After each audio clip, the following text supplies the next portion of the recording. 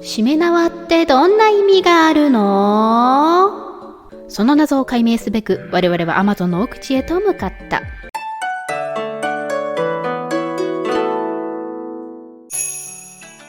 ねえねえやしろ。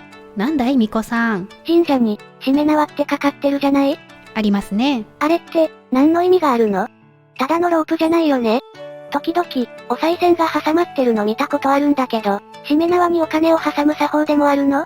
絶対にしめ縄チャレンジなんてやっちゃダメですよ。それではもろもろ説明しよう。まずはじめにしめ縄とは、神社入り口や神社の建物、ご神木などに貼られている縄のことです。内側と外側を区別して不浄を分断するために用いる、つまりそこが神聖な場所であることを示すための縄でございます。意義としては大きく分けて4つほどありまして、不浄、汚れを締め出すこと、正常な区域を分かりやすく示すこと、災禍の侵入を防ぐこと、立ち入り禁止区域の目印でございます。意味は一つじゃないんだね。しめ縄は鳥居だったり手水舎やご神木、拝殿前などに貼られていますね。あとは禁足地前だったり参拝者立ち入り禁止区域などに貼られていることもあります。たまにね、中に入りたいからって、本殿に近づきたいからって、裏側からお参りしたいからっていう理由でしめ縄を避けて立ち入り禁止区域に無断で入る人いるそうですけれど、いけませんよ。そんな人いるの？腰高の位置で道を塞ぐようにしてしめ縄が張られている場合、侵入を防ぐためのしめ縄である可能性が高いです。結構わかりやすいものですよ。明らかに入っちゃダメっていう雰囲気の縄の張り方ですから。で、それを無視して侵入したらね、警察のお世話になる場合もありますのでおやめくださいね。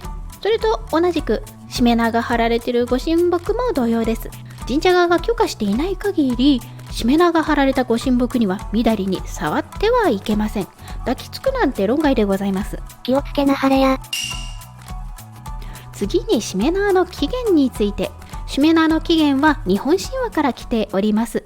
天照大神が雨の岩戸におこもりになった時、いろいろやって洞窟の中から引きずり出すことに成功するんですけれど、その時にその場にいた占いや神事の神様である太玉の命がさっと洞窟の出入り口に尻組縄を張って、ここよりうちにな帰り入りたまいそ、この中にもう入っちゃダメですよって言ったという神話があるんです。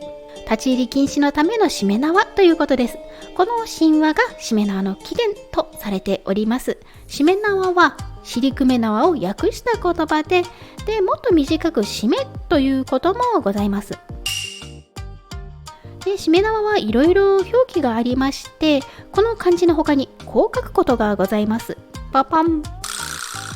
わあ、いっぱいあるんだね。この153、753もしめ縄と読みまして、垂らす藁の節の数から来ていると言われております。で、しめ縄にはいろんな形状がありまして、これも神社によって様々です。ここでいくつかご紹介いたしますね。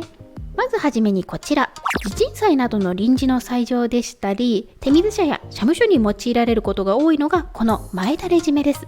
少しずつ間隔を置いて締めの子としでが付けられております。これは見たことあるわ。で、次に有名なしめ縄と言いますと、出雲大社の大根締めでございますね。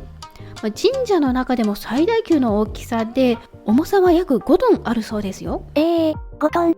大根締めというのはまるで大根のように真ん中が太くて両端が細い作りのしめ縄のことです。普通はね、しめの子はありません。ある場合もあるんですけれど、ない方が多いですね。で、神棚の前に引き渡されるしめ縄はこの大根締めが多かったりします。そして次、こちら、さっきの大根締めより少し細いごぼう締めでございます。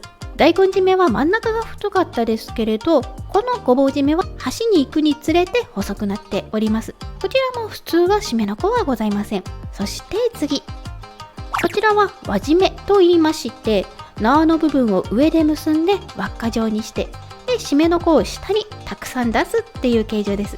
こちらは新年にこの輪締めを門戸に下げてるお宅が多いですね。めでたい意味を持たせていろいろ縁起のいいものをくっつけることが多かったりします。代々お家代々譲り葉、家督相続、住み、長く住む、シダの植物、裏白と言われて正常の意味と白髪になるほどの長寿を願う意味がございます。あとエビとか海老同穴と言いまして、死有一対のエビがそこに住むことがあって、意味は夫婦が長く添い遂げることなどの意味がありますね。これら以外にもしめ縄の種類はいっぱいありますよ。以上が大体のしめ縄の説明でございます。みんなわかったかな？冒頭のしめ縄にお賽銭を挟み込む行為ですが、絶対やっちゃいけませんよ。出雲大社出雲大社の公式ホームページのよくある質問という項目がありまして、でそこの質問に、しめ縄にお賽銭を投げ刺さると縁起がいいというのは本当ですかという問いに、しめ縄は神様がお静まりになるご神力を示し結界する神聖なものです。その神聖なしめ縄にお賽銭を投げ入れるという行為は神様に対して失礼にあたることです。したがって縁起がいいことではありませんと答えています。で、そりゃそうですよね。で、似たような行為に木製の鳥居の隙間とかに賽銭をねじ込む人がおりますけれど、それもね、鳥居傷みますので、もう縁起がいいことでも何でもないので、どうかおやめください。というところで今回の動画はこの辺で、また見てくださいね。バイバーイ。